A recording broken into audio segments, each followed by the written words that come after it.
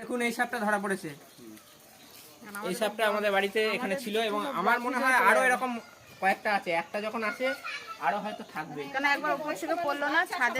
এবার চলুন দেখে নিই উদ্ধার কার্যের কিছু অংশ। ওই দেখুন দেখা যাচ্ছে পেঁচিয়ে রয়েছে, আগে আরো উপরে ছিল কিন্তু এখন সে ক্রমশ নিচে নেমে যাচ্ছে। ওই দেখুন কি অবস্থা, সাপটা কোথায় আছে।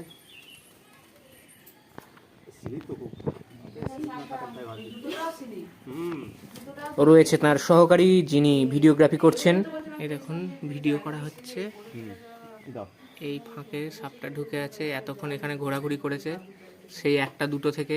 খুব স্লিপ এই জায়গাটা। মোটামুটি 12:30টার সময় এটা প্রথম দেখতে পেয়েছিল। এখানে এই যে রান্নার একটা জানালা, এই জানালাটা, আর সেখান থেকেই দেখেছে। পাশে রয়েছে একটা নারকেল গাছ। এখন বাজছে বিকেল প্রায় 5টা, আর এই সময় চলছে উদ্ধার কার্য।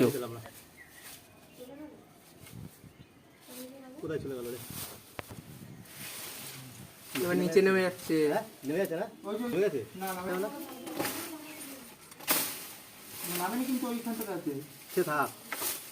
ওদিকে খোঁজ চলছে একটি কন্টেনারের।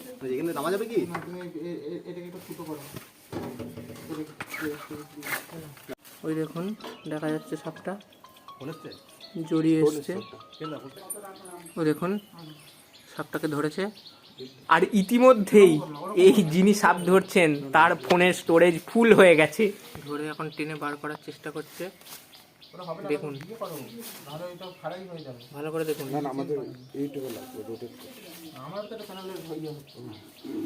এইভাবে করলে সুবিধা।